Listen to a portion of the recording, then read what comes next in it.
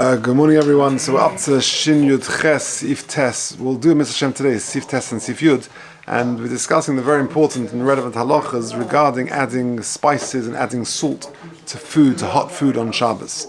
Says the Mechaba, Sif Tes, Kli Rishon. A Kli Rishon, what does that mean? Pirush HaKli Shemishtamish B'alo Eish, the Kli, the vessel which you cooked with, that was on the fire. Afilu La'achar Shavir B'alo Eish, even once you've removed it from the fire, Mavashal, it still has the ability to cook. Kolzman shayat soledesbay, so long as it is yad soledesbay. Lefichach also litein l'soicher tavlin. Therefore, you cannot put spices into the kli rishon. Avol melach, but salt mutar litein l'soicher. You're allowed to put inside. Kiven shavir me'aleish, because once it's removed from the fire, you haven't got a problem with mechzek and mavashal, and salt is not going to cook. Why not? That salt needs cooking the same as sort of heavy meat, as ox meat, as beef, and therefore the salt you can put in a kli rishon as long as it's not on the fire. Now that's the first opinion. And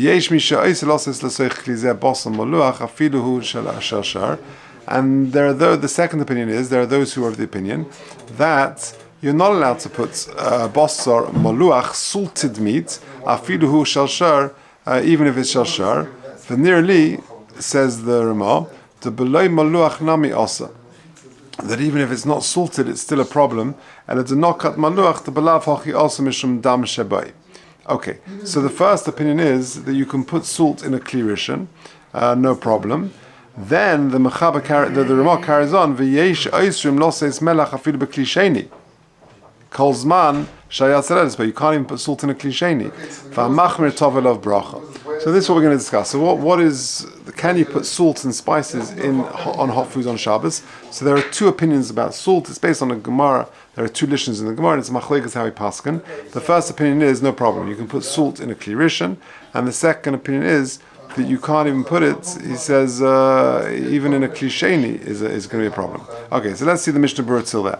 Says the Mishnah Berurah Samach Gimel, Kolzman, Hainu, Afilu Kva Posag Rusichos Menu, even though it's not like boiling anymore, that Kolzman Shayat Seledes Bay, that it's still got a din of a kli rishon, and therefore you can't put tavlin, you can't put spices into that.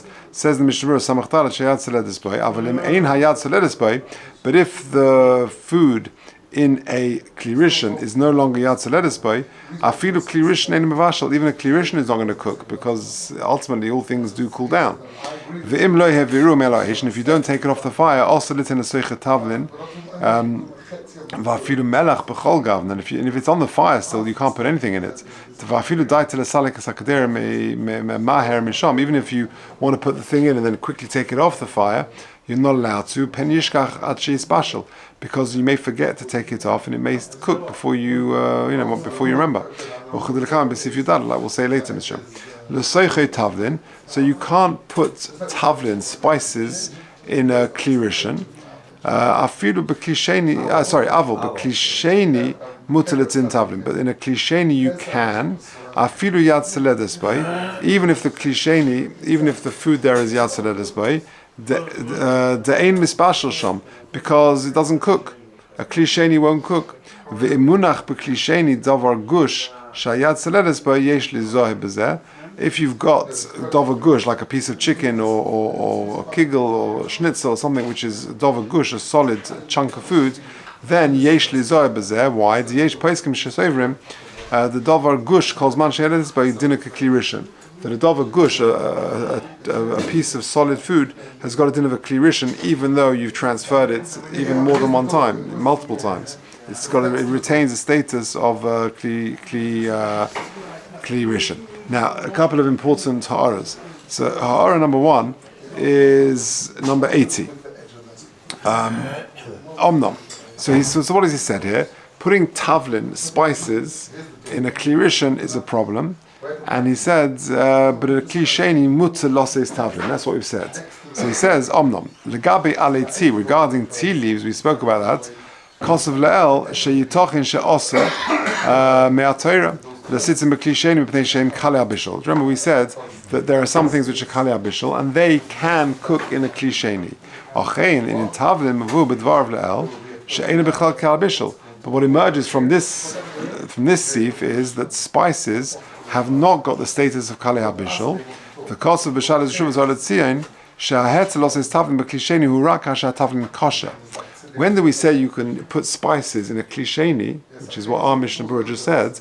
That's only if it's like a chunk of spice. She'oz ein a kali spashal, then it hasn't got a din of Kali HaBishul.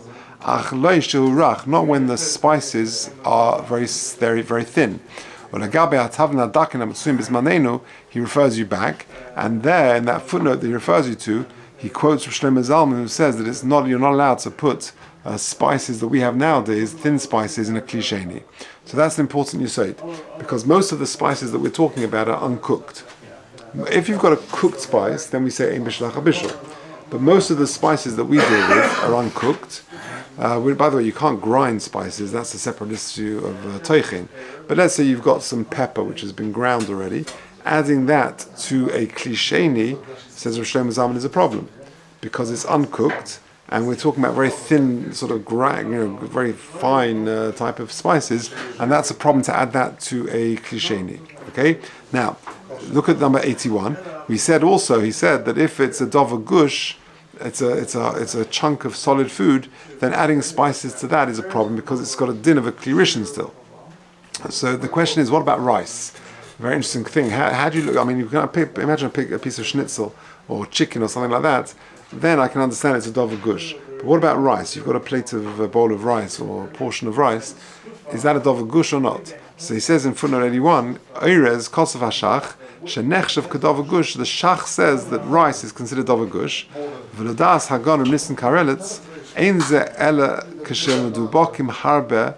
Garne Eirez Yachtov. That's only when the granules of rice sort of clump together. But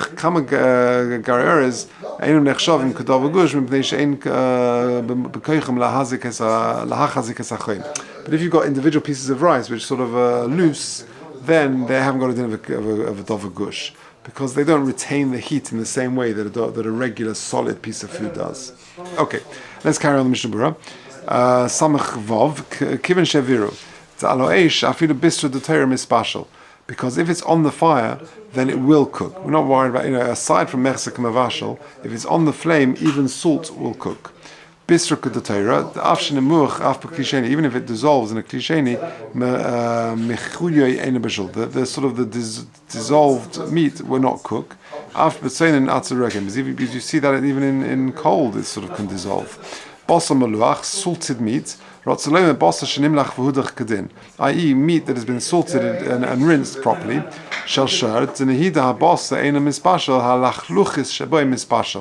Putting that, that can cook. The lachluchis, the moistness of it can cook.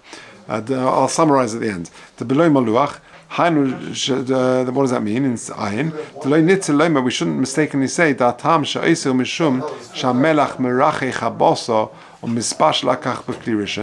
we shouldn't say that the salt has the effect of softening up the meat and therefore it can be cooked in a klirishin. Even if it hasn't been salted at all, you can't put it in a klirishin because of the moisture that will cook. And the reason why it says maluach, because if it wasn't salted,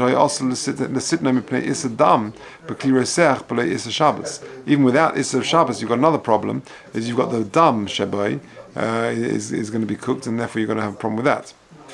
Okay, v'yesh eisrim.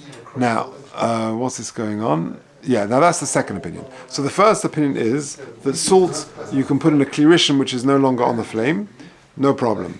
The Yesh Eisrim, the second opinion that Ramah brings, is there are those who forbid putting melach afidu b'klisheni. Says the Mishnah Berurah, but Gemara ikatrei lishni b'zeh, because the Gemara has two lishenis. The lishna basra having melach lekula. It's a kula. To kosher espashal kabisra d'sar. It's very, very hard to cook salt like ox meat. Mishum hachi mutza afidu b'klisheni. That's why you're allowed to even put salt, according to this opinion, in a klirishin, kasheviru me'esh, so long as it's not on the fire itself.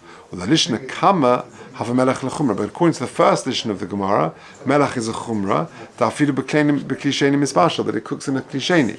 Or poskur over poskim kalishna basra, and the most poskim paskin like the lishna basra, i.e. that it's a kula, and you can put salt in a kli rishon, so long as it's not on the fire.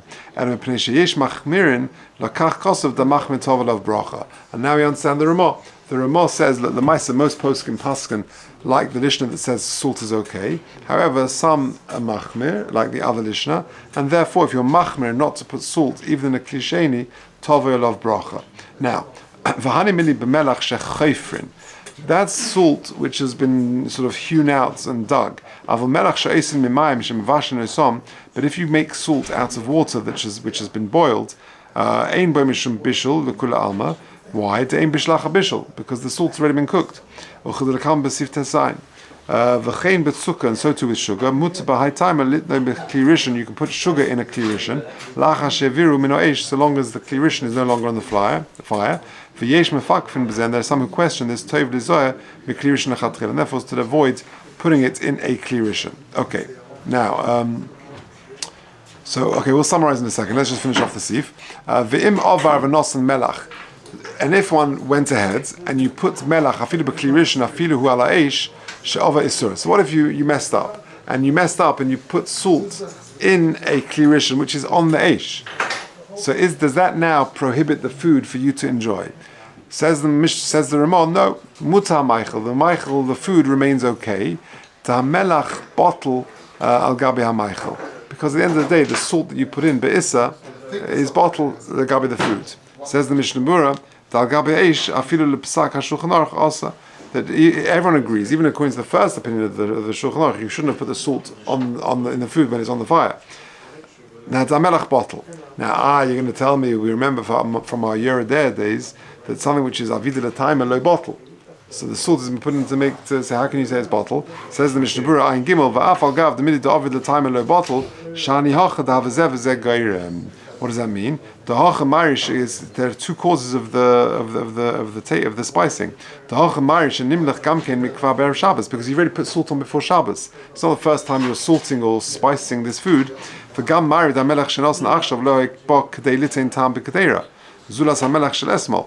In other words, you already seasoned this food yesterday. Now you're just adding a bit more salt. So zev zeh goyim. So it's not this salt alone which has caused the seasoning of this food. But if, however, you put salt on to the degree that it's going to solely season the food, then the food would also be also to Motzei Shabbos. That's talking about melach, that regular salt that has not been cooked previously. But salt that you cooked from water, okay. Let me tell you the halacha l'maisa after we do sifyut, because sifyut is very short, and then it just finishes this topic. Says the Mechaber in Yud. Also, litzim tavlin b'ka'ara. You're not allowed to put spices b'ka'ara v'l'aris alen mikli rishon. You can't put spices in a pot and then pour from a kli rishon onto it. Says the Mishnah Berurah, for after tavlin ein mispasha b'klisheni, even though spices generally do not cook in a klisheni, mikol makom ha'iru mikli rishon kaim lo mevashel k'dei klipa. We've always said that pouring from a kli rishon cooks the outer coating, it cooks a k'dei klipa. Va'afilu b'diavad also im eir lahedja alein shel nifsak hakiluach. And therefore, even b'diavad it's going to be also because it's cooked a coating of the food. So what is the halacha l'maisa? So we've seen that there are two opinions about adding salt to food or to hot food on Shabbos. The first opinion is you can put it into a kli rishon so long as it's not alo eish. The second opinion is you can't even put it into a klisheni. And the Ramah paskins, you should try and be machmeh for that. And whoever's machmeh, tovei olav bracha. Let me tell you how he summarizes it in Reb Simcha ben Kohen in the Shabbos kitchen. He says the following: it is forbidden to add any seasoning, e.g., pepper, sugar, to hot soup, one in a kli rishon. Okay, now that's seasoning because spices are largely uncooked, and therefore putting them in a kli rishon it can cook. So if you've got a pot of hot soup, if it's alo eish, you for sure shouldn't do it. Even if you've taken, let's say, the pot of chicken soup off the fire and you want to add salt to it, you shouldn't. You want to add pepper to it. Adding spices like pepper or even sugar to hot food, which in a kli rishon is not allowed, right? However, seasoning that was cooked during the processing, e.g. salt and sugar, may be added once the soup is transferred to a kli sheni. Okay, so that's because that's similar to the footnote we saw with Rav Shlomo Zalman Auerbach, that if nowadays the spices that we have are very, very fine, and that should not be added to a kli sheni, but if the spices have been cooked previously as part of the processing, for example, salt and sugar, then you can add that to a kli sheni, right? Uncooked seasoning may not be added to a kli sheni until the soup cools down to below yatzoledes bay. In a kli shlishi, however, even uncooked seasoning may be added. So lemaisa, yeah, you've got a plate of food, and you've got your chulans and you've got your kigel and I don't know, chicken or whatever you've got on your plate. Can you or can you not add spices and seasoning and salt to your food? So if we're talking about salt that has been pre-cooked, then you can add it to a kli sheni, no problem. Okay. If it's uncooked thing, let's say soup. We'll come to solid foods in a second. Let's say your bowl of soup. Yeah, can you add salt and spices to your salt? So if the seasoning has been pre-cooked, then you can add it to a kli sheni, right? Yeah, we're talking about soup. We're talking about a bowl of soup. It depends. Okay, so I'm saying even in a kli sheni, in a kli shlishi, no problem. Okay, but if the seasoning is uncooked, then you shouldn't add it to a kli sheni, but to a kli shlishi you can. Okay, so to soup, if it's pre-cooked stuff, you can add into a kli sheni. If it's uncooked seasoning, only in a kli shlishi. Okay, now what about solid food? We just saw that in the Mishnah Berurah. So he says that pre-cooked seasoning, for example, salt and sugar, may be used on dry foods, even in a kli rishon. So if you've got salt which has been pre-cooked, then you can put that on dry foods, even in a kli rishon, right? But uncooked spices should never be used on solid foods in any vessel until they're below yatzoledes bay, because that's what Mishnah Berurah said. That we were chayshish that it's got a din of a kli rishon still, and therefore the uncooked spices. So taking pepper, for example, which has been uncooked, and adding it to a solid piece of food which is more than yatzoledes bay should be avoided.